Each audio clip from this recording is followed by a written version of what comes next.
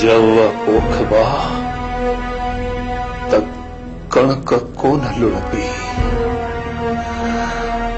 मूसा मुंहिंजा अहमाल ई साम्हूं आया आहिनि।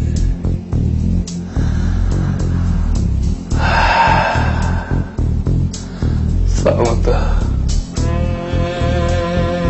हाणे त मूंखे पंहिंजे पाछे खां बि डपु थो लॻे।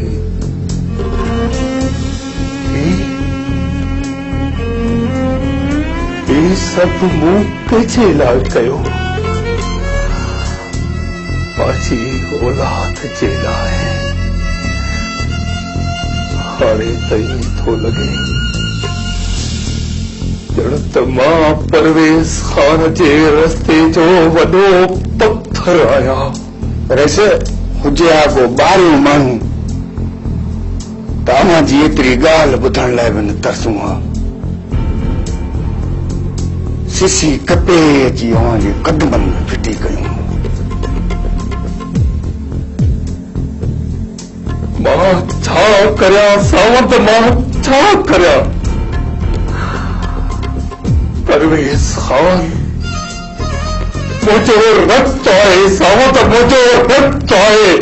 भूतार वॾा पराए मास ते काती वहण सवली आहे, पर पंहिंजे जिस्म जो हिकु वार बि पटण ॾाढो ॾुखियो आहे। परवेज़ ख़ान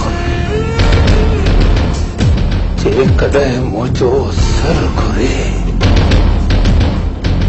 त मां पंहिंजो कंधु गोरे परवेज़ ख़ान जे पंहिंजे पुट जे पेरनि में रखी छॾियां।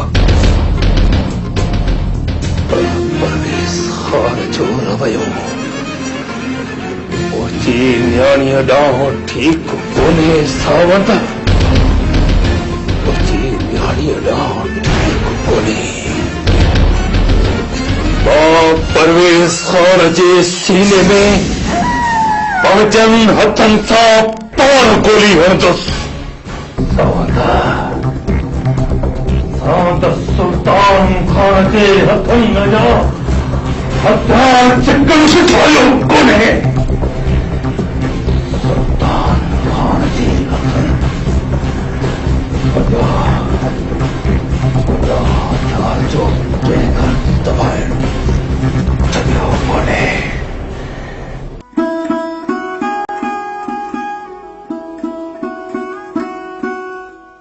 ये जिंदगी भी केॾी न अजीब आहे।